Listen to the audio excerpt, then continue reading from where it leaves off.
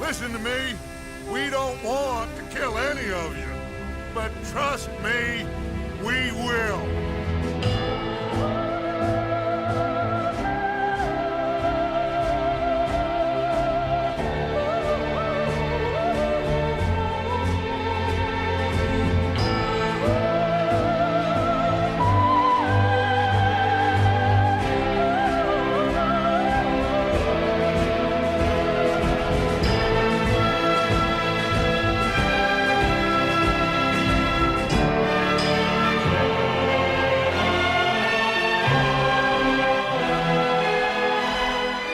From gunslinging outlaws to incest families, Red Dead Redemption 2 really has it all. This game is absolutely stunning graphically, and its thrill-induced storytelling really compels the game altogether.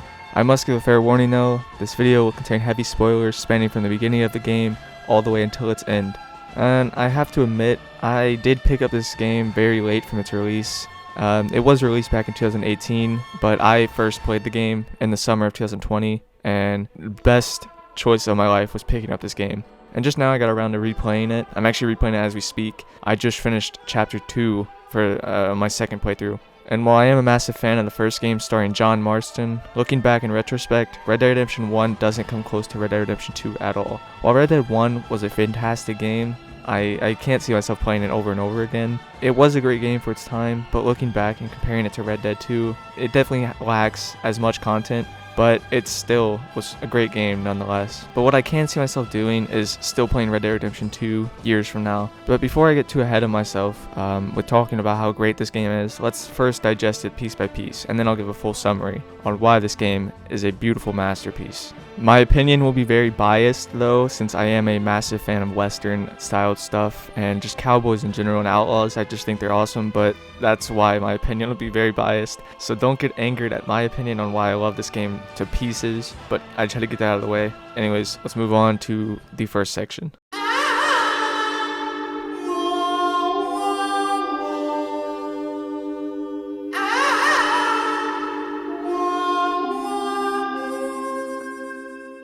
I don't even know where to begin with the graphics in this game. The graphics are so ahead of its time, it's absolutely insane. Especially after you finish the first chapter of the game. And while we're speaking of the first chapter, let's take a look at why the first chapter's graphics weren't like a 10 out of 10 for me. Not saying the graphics of the first chapter were bad necessarily, they were just bland considering the whole first chapter, you're faced with snow and sub-zero temperatures. And with this in mind, there's really not much you could have improved on really. And like when you're designing mountaintops covered with snow, you can't expect the most insane graphics because there's not much to detail there. But once you're done with the first chapter missions, the graphics are too good for our time. Like, these graphics in this game are something I would expect to come out in like 2035 or something. I don't even know.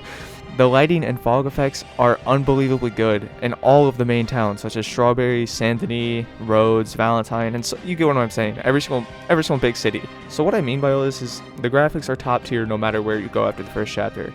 If I had to give an award for the best console graphics for a video game, it would easily go to this. I wouldn't even have second thoughts about another game. But I played this game on a busted PS4 that actually sounds like a jet engine on startup and while I run games.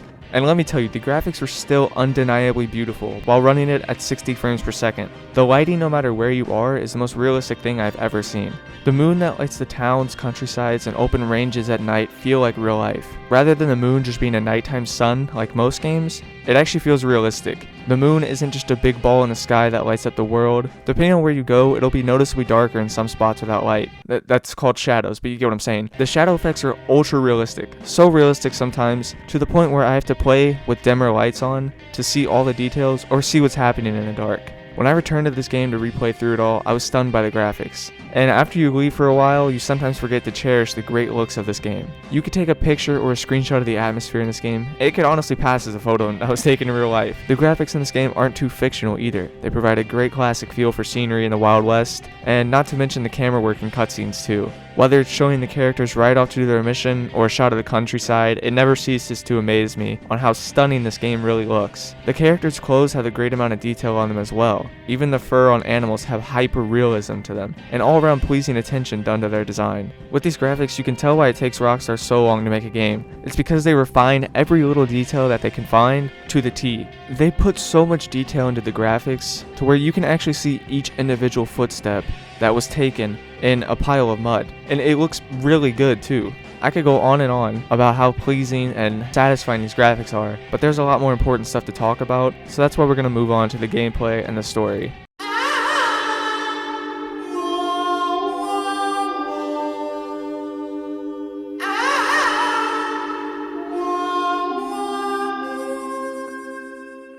Now I must admit, before we get into the gameplay topic, the gameplay is rather slow and tedious at the start of Chapter 1. I know we keep coming back to Chapter 1, but I think this is really what turns a lot of players away from the game and just kind of makes them give up and not really give it a chance, which I see is kind of unfair because even I agree that Chapter 1 is really boring and there's like no missions with action. There's maybe like a few, and then at the end you rob the train, but you get like $20 from that. Come on now.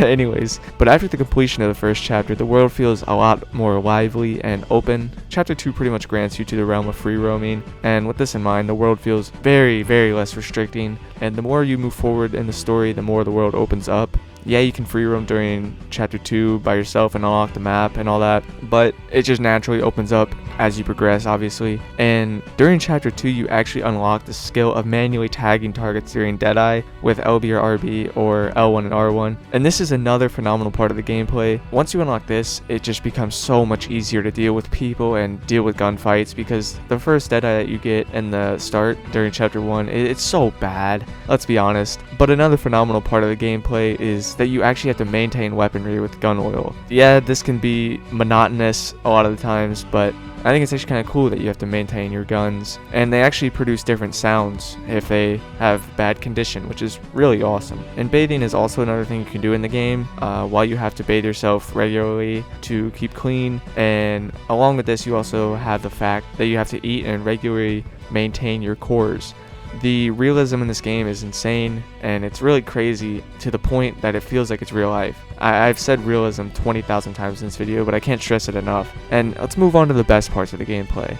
The game never misses a beat with the gameplay. The gunplay feels wonderful and not too hard to control. The story showcases key moments, and with it delivers a placement of an exciting soundtrack that fits perfectly with the mission or the task at hand that you're dealing with. And in some missions, the tension is the main factor they focus on, and they execute the building of tension perfectly, always keeping you on the edge of your seat. The biggest con for me in the gameplay that proves to be rather annoying is having to walk in your camp to get the mission. I cannot say this enough. I hate the fact that when you are in the camp, you can't ride your horse in camp, you can't run in camp, you can't even speed walk in camp. But the action in Red Dead, no matter where it occurs, is never less than good. And not to mention the hand-to-hand combat. It feels so satisfying to just destroy someone with your fist. As Arthur Morgan or John, it doesn't even matter in this game. Each punch feels heavy and extremely powerful. It's a drastic improvement from GTA 5, that's for sure. Depending on whether it's a stranger encounter or a part of a mission, the action is always a thrill too. Plus, when you have a character like Arthur Morgan, it never fails to be action-packed or a cool trail of events. Another thing I love and hate about Red Dead 2 is that things move slow,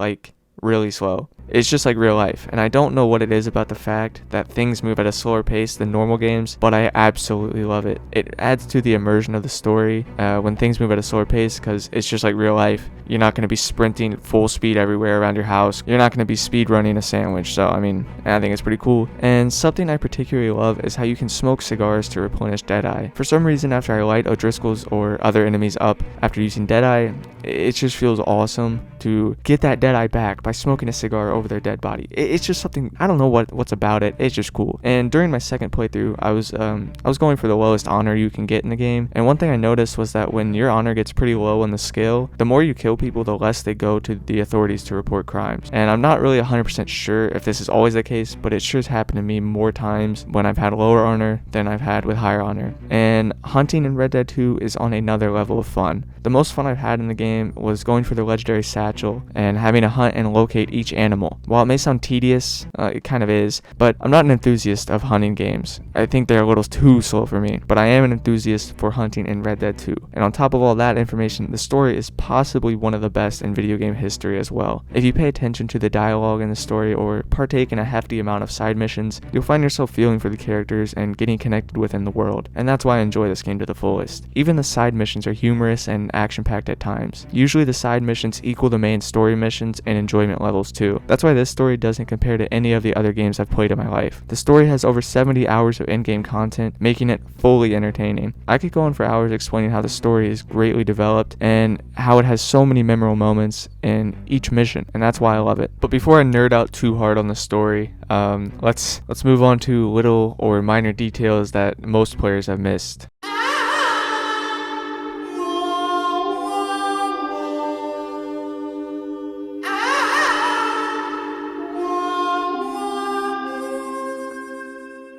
With Red Dead 2, it's inevitable that there's going to be hidden details considering how massive the project is, and that's another reason why this game is so great. And it's actually quite ironic that I show a horse in the transition, because the first topic is horse balls.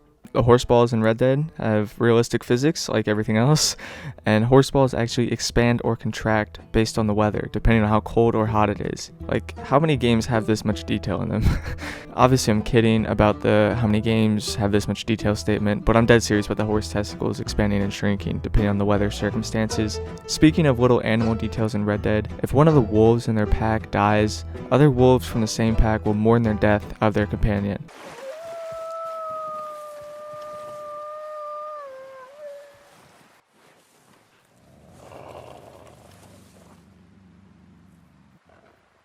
If you didn't think horse testicles or mourning wolves were cool details in the game, the constellations in the sky are actually 100% accurate. Yes, they perfectly correlate with real-life stars and constellations. Although this isn't the first game to have done this, I still think it's a really nice addition to the game. Other games like Assassin's Creed Origins and Zelda's Wind Waker, they all have this too, but I still think it's pretty cool. And one minor detail that a lot of people most likely haven't noticed, in the game's backstory, John Marston can't swim, so a funny take that the game did was make it so when you play as John Marston, you can't swim.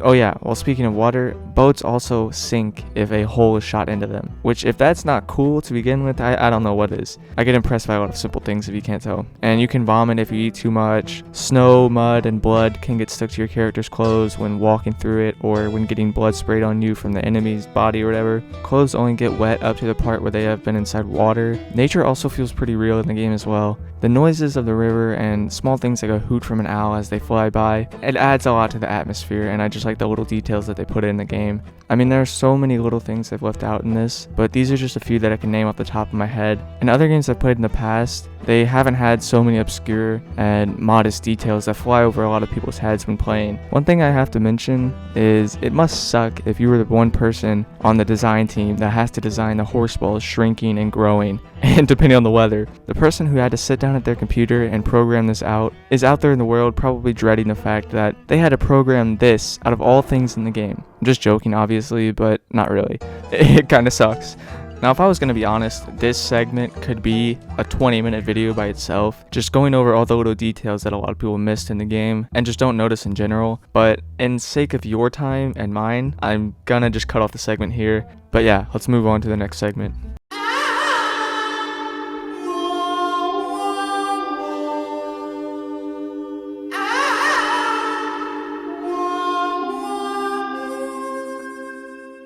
For the characters, I'm only going to be mentioning the main protagonists in the Vanderland gang that I particularly like the most. So with starters, let's begin with Arthur Morgan. So where do we start, to be honest? Arthur is my favorite protagonist in any video game ever. No joke, this man could sneeze and he would find a way to make it cool. Arthur just has a mean persona to him that no one else can match. But on the contrary, he is a good dude on the inside, but carries himself to be an actual beast. While Arthur is an absolute monster, he shows his gratitude to his horse in one of the saddest scenes I've ever witnessed playing a video game.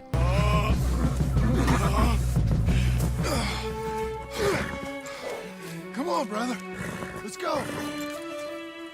Give me a sec. Come on. Push, Arthur.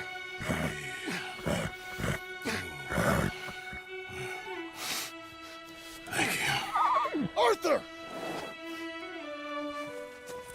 Come on, Arthur. Let's go. Along with this, Arthur felt like someone you could really empathize with. Rockstar is very good at character development, as seen in other games in the past, not including this one, some of which are Jimmy Hopkins from Bully, Franklin, and the others in GTA 5 as well. Anyways, moving on, obviously John is going to be on my list for favorite characters as well. The epilogue in Red Dead Redemption 2 is criminally underrated, and I think a lot of players don't even continue on with it. I don't know why, but minus the random chores that you have to do for Abigail and stuff, it's a pretty good epilogue. It actually sets you up for Red Dead 1. John in the epilogue really shows how he changed his ways from the beginning of the game to the end. His character development really showed that he matured and bettered himself for his family's sake. I have a feeling a lot of people that bash the epilogue don't get the chance or haven't played Red Dead 1 to begin with. Now, I don't want to make it seem like I disregarded John. John is still an amazing protagonist with awesome moments just like Arthur. They both have their separate moments and eventually matured to be a better person in the end of both the main story and the epilogue. Both of their deaths were excruciating and painful to watch, but anyways, for the rest of the Vanderland gang, I'm going to sum up most of them. Micah is a great character. Yes, I said it. I mean it. Micah is a great character because of how much the game makes you hate him. He was designed for the best reason out of all the characters. His voice actor delivered the lines perfectly and couldn't have done a better job. The fact that the entire fanbase hates him equally shows how great he is. Dutch is a well-written character as well, and Rockstar does a great job showing his fall from sanity and rationality. He felt like an authentic and genuine character in the game before his fall from grace. The last one I'm going to talk about briefly is Charles Smith. Charles Smith is a great character. The only thing I wish Rockstar did was make Charles a more prominent character in the story, and his voice actor was on point the entire game as well. The characters I mentioned are my favorite from the game personally and really shaped the way I think in real life. The characters in the story make you feel like you're connected to them in a way, and that's another reason why I love this game so much.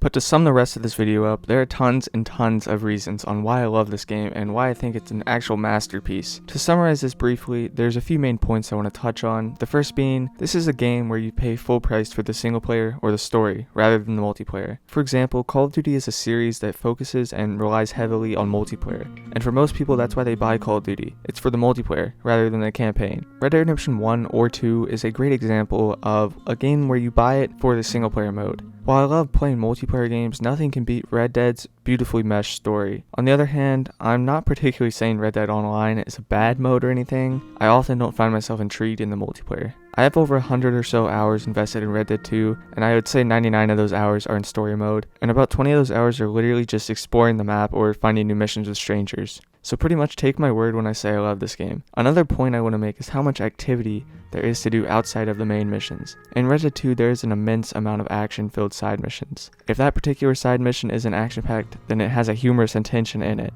keeping it enjoyable to the player. And yes, I know the first chapter took off at a slow pace and maybe turned people away from playing the game at all, or even giving it a chance. And if they kept playing it after that, I know that they would enjoy it. As I said earlier, I have about 100 or so hours in game time, and I reckon that I haven't even seen or done all the possible things in the game. There's an endless amount of possibilities to do outside the main missions. Even free roam can introduce you to new strangers or new characters, or a new type of species for all I know. I was playing earlier and was studying a new type of animal that I had never seen before in any of my playthroughs. This just goes to show, if you think you've discovered everything, you probably haven't. And that's what makes this game such a classic already. I would say that this game would not be rivaled until well into the next decade. Well, considering Rockstar takes like 20 million years to make new games, but now I see why they do. Obviously this game isn't perfect though, but it is very close to perfection. Not to mention all the legendary protagonists this game created. Just my personal favorites, as I mentioned earlier, Arthur, Charles, Dutch, and Micah. And there's many more that are just great protagonists, but if I were to name why I like every single character in the game, this would be an hour-long video. There are so many times where every character had their time to shine moment, and no one really hogged the screen too much. This game is one of my favorites of all time, and I love it so much. Oh yeah, wait, did I mention how awesome the ending is? No? Oh.